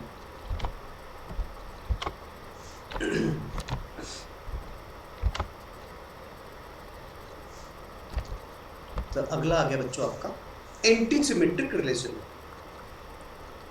ऐसा रिलेशन एंटी सिमेट्रिक रिलेशन क्या होता है मैं आपको समझाता हूँ। ये तो डेफिनेशन से ये ज़्यादा पूछते नहीं इसके बारे में, ठीक है ना। फिर भी आप देख लो, यहीं से बताता हूँ, है ना, ज़्यादा इंपॉर्टेंट ये नहीं है। अगर ए का बी से रिलेशन दे रखा है, ए का बी से रिलेशन दे रखा है और बी का ए से रिलेशन है, तो अपन कह सकते हैं कि ए बराबर बी। बस यही एंटी सिमेट्रिक रिलेशन है कि अगर ए का रिलेशन सिमेट्रिक है, मतलब सिमेट्रिक में एंटी लग गया। सिमेट्रिक में क्या प्रॉपर्टी होती थी? ए का बी से है तो बी से ए, बी का ए से होगा। एंटी में क्या जा रहा है वो कि ए का बी से है एंड बी का ए से भी है, तो आप कहोगे ए और बी बराबर होंगे, मतलब दोनों एलिमेंट क्या होंगे? बराबर होंगे। ये एंटी सिमेट्रिक है, ठीक है ना। काम तो कहीं नहीं आता, लेकिन कभी कभी ऑप्शंस में आ जाता है क्वेश्चंस में, ठीक है। ओके, कभी आपसे नहीं पूछेगा बताओ ये एंटी सिमेट्रिक है नहीं, ऐसा कोई नहीं पूछने वाला, लेकिन कभी ना कभी ऑप्शंस में आ जाता है, ठीक है। अब ये लास्ट, ये इक्विवेलेंट रिलेशन मैंने आपको बताया भी था। इक्विवेलेंट रिलेशन क्या, कौन सा रिलेशन होता है बच्चों? ऐसा रिलेशन, इक्विवेलेंट रिलेशन मतलब कौन सा रिलेशन जो क्या क्या हो, जो रिफ्लेक्सिव भी हो, आर से दिखा रहा हूँ बच्चों, रिफ्लेक्सिव हो और सिमेट्रिक भी हो और ट्रांजिटिव भी हो। जो तीनों रिलेशन होगा वही क्या कहलाएगा बच्चों, आपका इक्विवेलेंट रिलेशन। वही क्या कहलाएगा बच्चों, इक्विवेलेंट रिलेशन। ठीक है ना, यहाँ डेफिनेशन भी लिखी हुई है, it is reflexive, symmetric and transitive, ये तीनों होगा।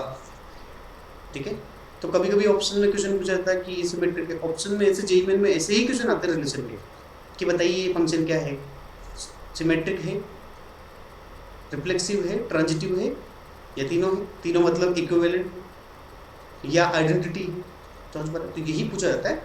ठीक है, तो यहाँ आकर रिलेशन की थ्योरी हो चुकी खत्म। ठीक है, अब अपन कुछ क्वेश्चंस कर लेते हैं जेईई में आए हुए क्वेश्चंस। ठीक है, तो ये पहला क्वेश्चन आ गया अपने सामने। हाँ, ये पहला क्वेश्चन आ गया अपने सामने। इस क्वेश्चन में क्या दिया हुआ है, आपको एक रिलेशन दे रखा है कि कौन सा क्वेश्चन बच्चों 2005 में आया था, AIEEE नाम होता था पहले जेईई मेन का बच्चों।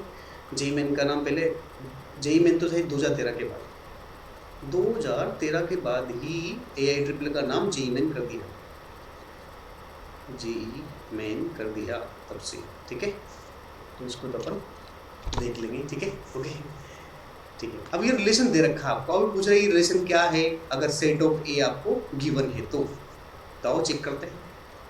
देखिए, सबसे पहले अपन चेक चेक करते हैं, रिफ्लेक्सिव चेक करते हैं। रिफ्लेक्सिव के लिए क्या कंडीशन होनी चाहिए बच्चों, अगर ये एलिमेंट ए में दे रखे तो इन सबका क्या होना चाहिए, सेम रिलेशन, मतलब 3 का 3 से, देखो 3 का 3 से रिलेशन है क्या, इसमें हाँ 3 का 3 से है, फिर 6 का 6 से होना चाहिए, हाँ ये भी है, फिर 9 का 9 से भी होना चाहिए, 9 का 9 से भी है, और ये 12 का 12 से भी है। अरे वाह, ये तो 100% क्या होगा, रिफ्लेक्सिव तो होगा ही होगा। अच्छा, ये बच्चों अपन का आइडेंटिटी भी होता अगर ये 4 ही एलिमेंट होते थे इसमें रिलेशन में, लेकिन ये बाकी कचरा भी है, इसलिए ये आइडेंटिटी तो नहीं होने वाला, तो रिफ्लेक्सिव तो ये 100% है। तो अब आप मुझे बताइए, इसमें ऑप्शन अगर आप देखो तो कौन कौन से सही हो गए आपके, इक्विवेलेंस 4 हो गए, रिफ्लेक्सिव यहाँ भी है, यहाँ भी और यहाँ भी, और इक्विवेलेंस में तो तीनों ही होते हैं। ठीक है, तो अभी तक तो कोई फायदा नहीं हुआ, एक ऐसे ऑप्शन आपको काटने चाहिए। अगला पूछ रहा है सिमेट्रिक, अगर मान लो रिफ्लेक्सिव सिमेट्रिक हो गया तो पहला आंसर हो जाएगा। सिमेट्रिक देखते हैं, सिमेट्रिक मतलब देखो 6 का अगर 12 से है, 6 का अगर 12 से रिलेशन हुआ, अब किसकी बात कर रहे हैं बच्चों, सिमेट्रिक की, है ना। इसमें कैसे करते हैं, अगर 6 का 12 से रिलेशन हुआ तो सिमेट्रिक के लिए क्या होना चाहिए बच्चों, 12 का रिलेशन भी होना चाहिए 6 से। अब देखो कहीं पे ऑर्डर पेयर में दिया हुआ है क्या 12 से 6, 12,6 नहीं दिया, नहीं दिया। ठीक है, तो अगला देख लेते हैं, 3 का 9 से तो 9 का 3 से होना चाहिए, 9 का 3 से, 9 का 3 से नहीं दे रखा है। 3 का 12 से तो 12 का 3 से, 3 का 6 से तो 6 का 3 से नहीं है। मतलब मैं कहने का मतलब ये है कि अगर आपको 3 का 6 से दे रखा है तो उल्टा रिलेशन होना चाहिए, 6 का 3 से भी होना चाहिए, ये मौजूद नहीं है। अपन ने सारी पॉसिबिलिटी देख ली, अब यहाँ इसमें क्या देखेंगे, इनमें तो कुछ देख ही नहीं सकते आपको, सर 3,3 में देखो ना, इसमें मिल जाएगा ऐसा तो नहीं। ठीक है, तो अपन को पता लग गया कि ये सिमेट्रिक तो नहीं होगा, तो अपन इसको हटा देते हैं, सिमेट्रिक तो नहीं होने वाला।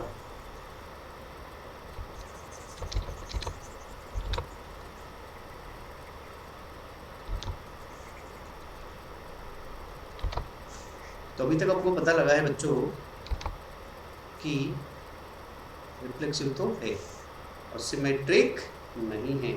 सिमेट्रिक नहीं है तो आपके 2-3 ऑप्शन कट गए बेटा। कौन से कट गए बेटा,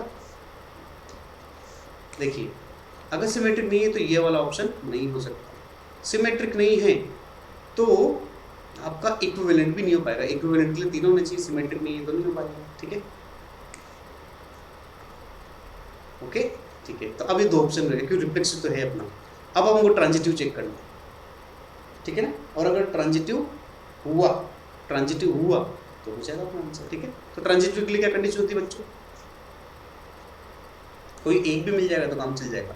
ठीक है, तो कैसे करेंगे उसको, किसी एक को पकड़ लो, 6 का 12 से है तो 12 का 12 से है तो 6 का 12 से होना चाहिए, हाँ ऐसा कर सकते हैं अपन, या 3 का 9 से है और 9 का 3 से, ये देखना पड़ेगा आपको पूरा, उसकी कंडीशन क्या होती है, ए का बी से, बी का ए से। तो मान लो अगर मैं इसमें जाऊँ 3 का 9 से तो 9 का किसी और से भी होना चाहिए, तभी अपन, हाँ 9 का 9 से ये आ गया। देखो अपन इसमें देख रहे हैं ट्रांजिटिव में, तो अपन ने देखा 3 का 9 से दे रखा है, तो फिर 9 का 9 से दे रखा है, तो ये ब्रिज का काम करेगा। तो देन अपन कह सकते हैं 3 का 9 से भी होना चाहिए। क्या 3 का 9 से दे रखा है? दे रखा है, हाँ दे रखा है, जो पकड़ा था वही भी दे रखा है। इस तरह से भी करते हैं बच्चों, आपको सर ऐसे नहीं कर सकते, ऐसे भी कर सकते हैं, ठीक है ना। आप यही चीज़ किसी और एलिमेंट में कर सकते हैं, करके देख लेना। 3 का 6 में करके देख लेना। 3 का 6 से है तो 6 का, और किसे 6 का 12 से है, तो 3 का 12 से है क्या? 3 का 12 से है, हाँ देखिए इधर समझ गए ना मैंने क्या कहा? 3 का 6 से है, 6 का 12 से है, तो फिर 3 का 12 से होना चाहिए, ये दे रखा है। तो आप देखोगे आपको मिल जाएगा, हाँ कि ना। तो ये ट्रांजिटिव, तो ट्रांजिटिव भी ये होगा। तो अपना आंसर होगा रिफ्लेक्सिव एंड ट्रांजिटिव। तो ये पहला वाला आंसर आपका, मतलब डी वाला आंसर आपका परफेक्ट होगा, ठीक है। ये जेईई मेन में 2005 में आया था, ठीक है। अगला क्वेश्चन करते हैं अपन। अगला क्वेश्चन है, लास्ट क्वेश्चन होगा आज के लेक्चर का, ठीक है। बहुत सारे क्वेश्चंस थे लेकिन मैंने थ्योरी में करा दिया है, तो थ्योरी से आप काफ़ी कुछ रिवीजन कर सकते हो, और वो क्वेश्चंस भी करने चाहिए आपको। लास्ट ईयर जो एग्जाम में आए हुए मैंने भी कुछ उठा लिए हैं आपके लिए, ठीक है। अब यहाँ पर भी देखो ये पूछ रहा है, ये आया था 2021 का क्वेश्चन है, जुलाई 2021 का, ठीक है। ऑप्शन भी देख लीजिए आपके पूरा सिमेट्रिक है, बट सिमेट्रिक होगा लेकिन रिफ्लेक्सिव और ट्रांजिटिव नहीं होगा। इस तरह के ऑप्शन दे रखे हैं। रिफ्लेक्सिव होगा बट ये इस तरह का इक्विवेलेंट, मतलब तीनों, है ना। आ जाओ, आपको एक let N be the set of natural number, ठीक है, और रिलेशन दे रखा, और ये कंडीशन दे रखी बच्चों को, इसको सोल्व करना पड़ेगा। आ जाओ सोल्व कर लेते हैं। इसको लिखेंगे अपन, इसको ऐसे लिखते हैं कि अपने कुछ कॉमन आ जाए, एक्स क्यूब, सेकेंड इसको पहले लिखता हूँ, इसको minus x y square minus 3x² y plus 3y³ plus 3y³ equal to 0। इन दोनों में से अगर मैं क्या कॉमन लूँ, x कॉमन लेता हूँ, तो बच गया आपका x² माइनस y²। कॉमन लेने की कोशिश कर रहा हूँ कुछ, है ना। यहाँ से आ जाएगा 3y कॉमन ले लोगे, यहाँ से 3y, या माइनस 3y कॉमन ले लो, माइनस 3y कॉमन ले लो, तो बच जाएगा x² minus x² minus y² equal to 0। तो ये वाला फैक्टर कॉमन आ रहा है बाहर निकल के, ये वाला फैक्टर क्या आ रहा है बच्चों, कॉमन आ रहा है x² माइनस y²। तो इसको अगर आपको पेन की बहुत बड़ी हुई है आपकी,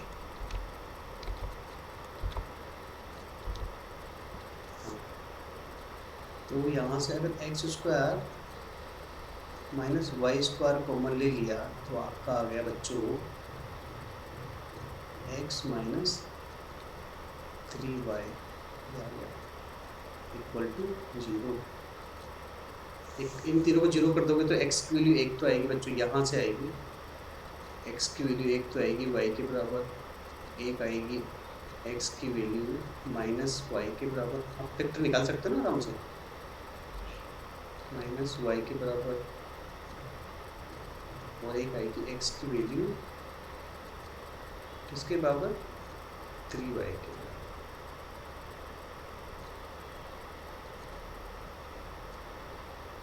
ठीक है, तो ये ऑल ओवर आप 3 फंक्शंस की तरह देख सकते हो आराम से।